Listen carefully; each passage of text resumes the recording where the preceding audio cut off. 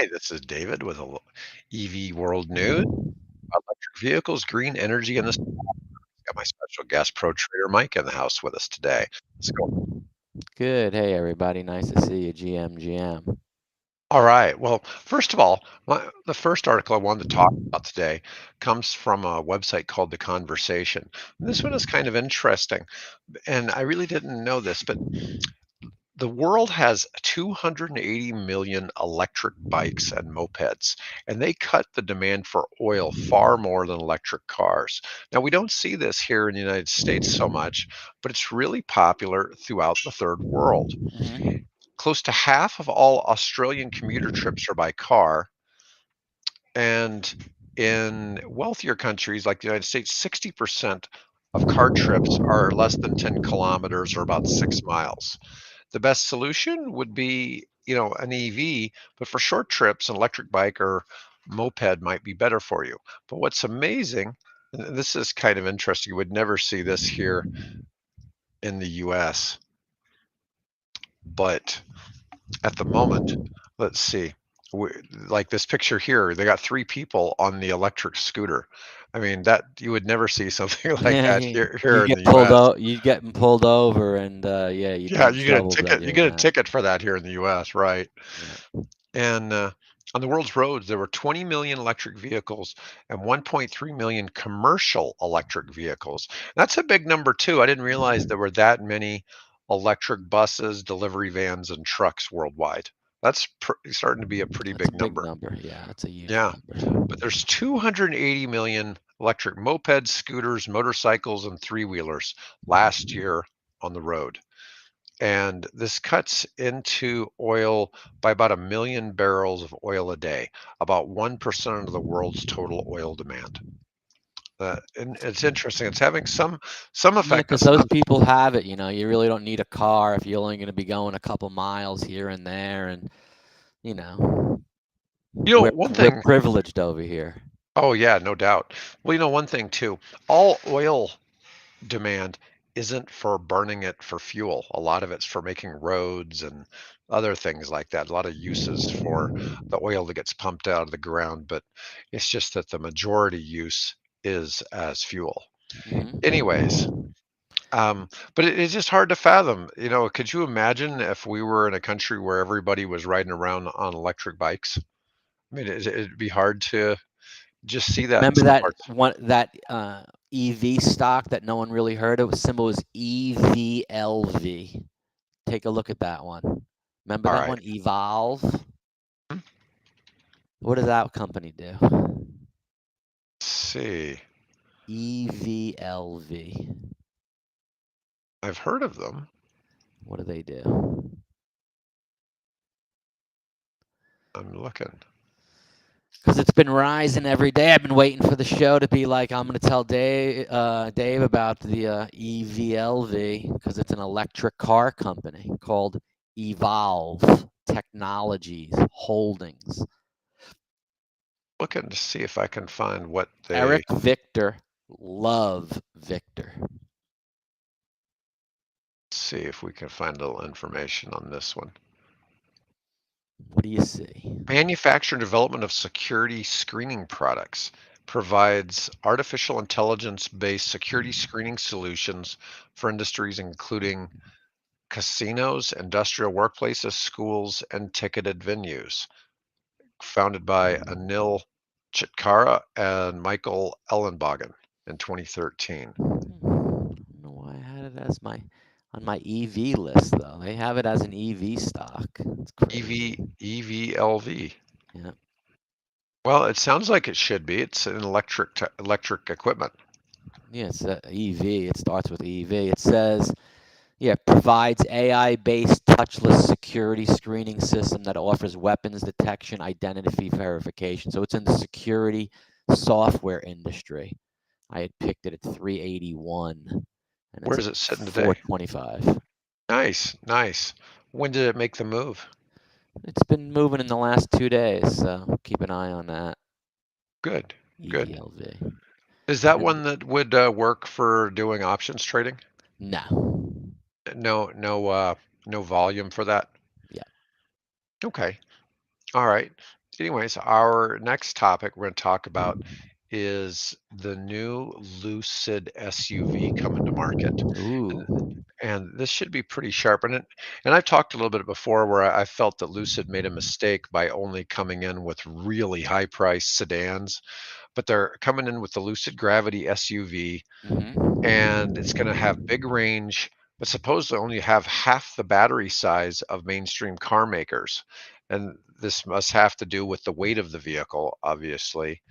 But let's see, the new Gravity SUV aimed at the center of the EV SUV segment. And it's got this thing called a 900-volt EV architecture, a more powerful version of their compact motor. Supposedly, they have the most power-dense electric motors on sale by any company today. Now, they haven't given any specifics about the powertrain layout, but they'll most likely be rear-wheel drive and all-wheel drive models. And they are saying it'll do 0 to 60 in 3.5. That's that's It's moving. pretty fast. Hey, Yeah. what's the car that lost $277,000 per car or something like that? Did you hear about that? Yeah, that's the Lucid Air. How's that So possible? so that's taking into account all the infrastructure spending, everything that they spent in a year versus how many cars they sold. And it just Okay. it sounds like a crazy net loss, but it depends on how you measure the metric, because a lot of those costs are one-time costs that they won't, they're not going to keep having those costs every time they make a car. Those were, sunk costs into facilities. It's crazy, yeah. Yeah, so it was an interesting number, but I mean, you I can didn't even always think it was manipulate data. real. I No, didn't but even think it was real. it was a real number. It was Like, a how real can number. they lose $277,000 per car? Well, what was funny was Elon quoted said on Twitter, he said that maybe they could make it up on volume. He said that? It's He funny. did. He did. Yeah, that was like a week or so ago. It was pretty funny. Any, Awesome.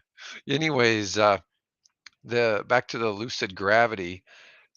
So they're claiming a 112 kilowatt pack as seeming as what's likely, but versus a Hummer EV or Escalade IQ, which will have a 200 kilowatt hour battery. So it's, 55% of the size, but they're saying it'll get 440 miles per charge, which is about 4 miles per kilowatt hour of battery.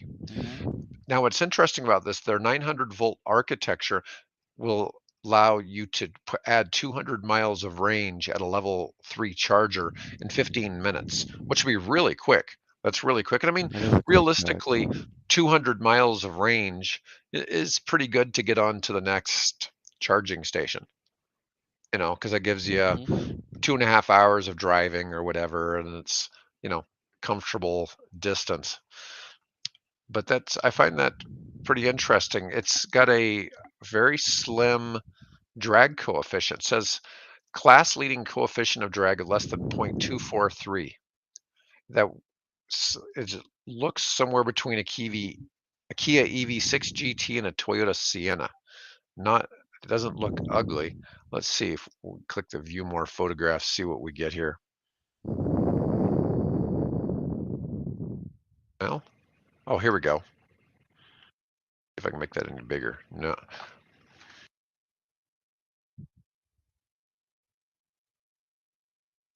Oh God. Got a little too large with that, didn't I? All right, let's see what we get here. I mean, it's nice looking there with that trailer behind it. I'd imagine though towing that trailer really hurt the range, but obviously it's real nice looking car.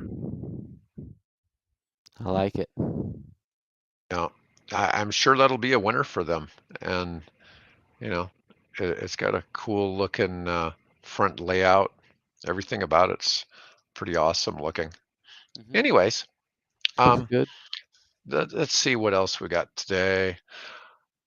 Oh, now here's something else. So Lexus is coming in with a 2026. I mean, this we're talking a bit out there, and Mhm. this is a Lexus.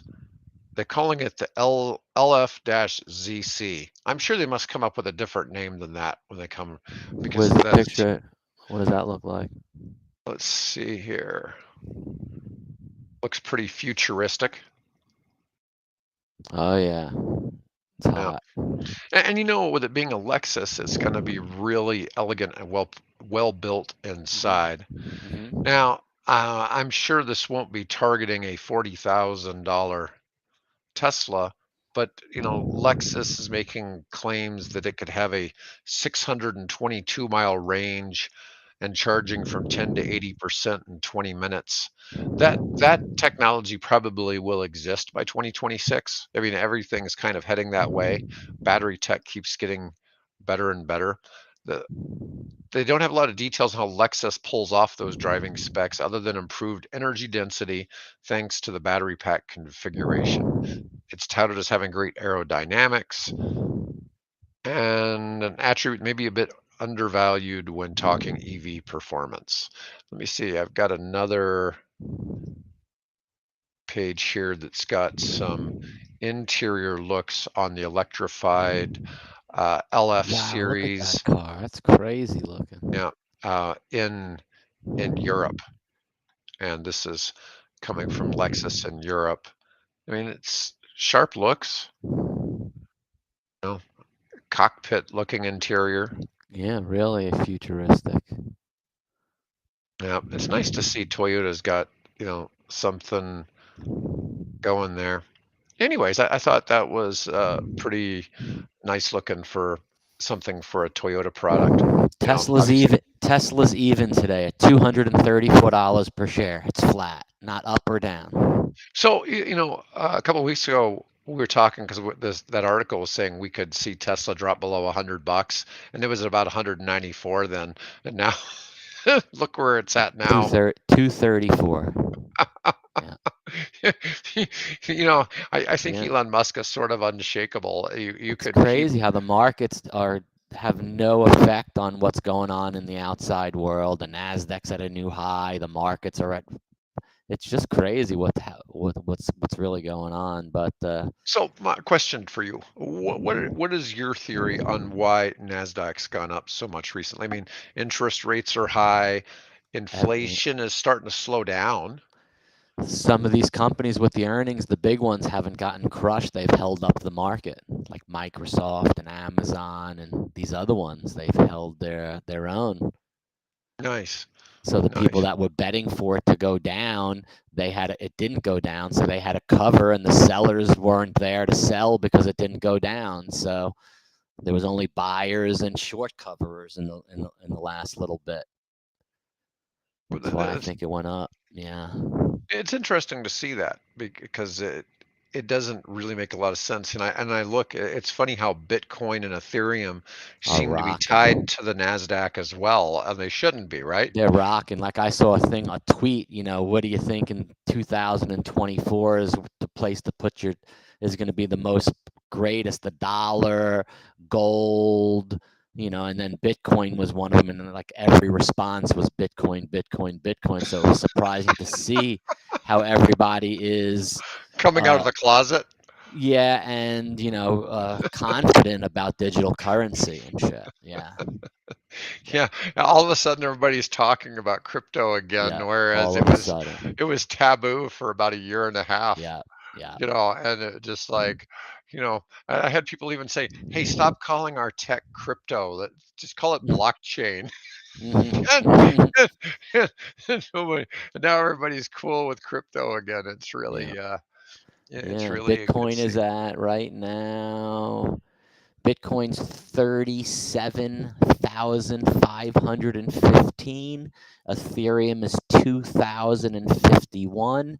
And Dogecoin is 0.08. Speaking of Elon, you're going to be able to buy gas and electric with Doge.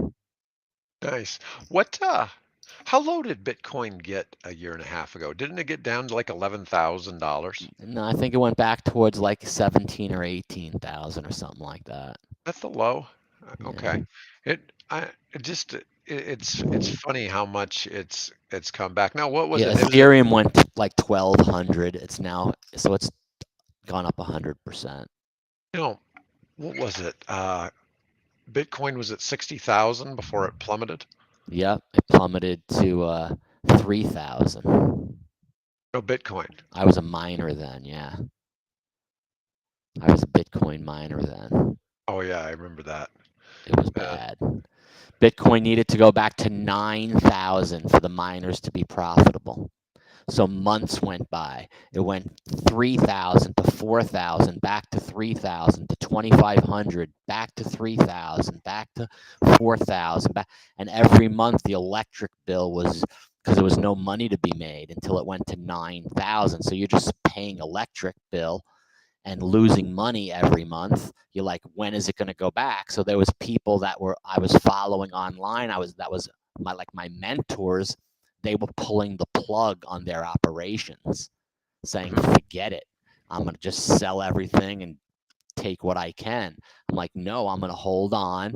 So I held on and I held on, and then they were all gone. I'm like, dude, forget it. This is just, Bitcoin's at 3,000. It's never going to go back up. So I cashed out, and 3 months later, it went to 60,000. Isn't that crazy? Zencoin went to $70 from like double zero, a penny. I had a million Zen. Raven coin went to 22 cents. I had 10 billion Raven coin. And you had sold them all. Yep. Wow. Yep. 3 months later, it was at those prices. It was the biggest kick in the head. It was the biggest kick I've ever had, ever. Pick your anatomical location. Yeah, it kicked me across the fucking, Hulk. It hulked Oh me, my dude. God. Oh Hulk my smash. God. Yeah. Wow. I had 20 billion coins, and it went to 22 cents. Oh, I'm sorry, Mike. I don't mean to laugh. That's It's just fucking nuts, dude. I had a it is. million Zen, went to $70 in a week. Went to 70 in a week. That was 70 million right there. Yeah. Oh my. One time in my crypto account, Coinbase, the tracking of all the coins, like everything went up to 50,000 a coin. My portfolio was worth $20 billion, and I would try to cash out. I was screenshotting it. I was like, I'm never gonna refresh the page. And like a half hour later, I refreshed it, and it went back to like the normal nothing and shit. But it was, for like a moment, I was worth 20 billion. There was a day when crypto went nuts, but it wasn't real. And Oh, yeah, but nice. yeah, it happens in the past. It'll happen again. Those kind of things are pretty crazy. But yeah, Wow, that's nuts. That's yeah. nuts, dude. All right. All Well, right, anyways, boys. I'm gonna go ahead and end the stream.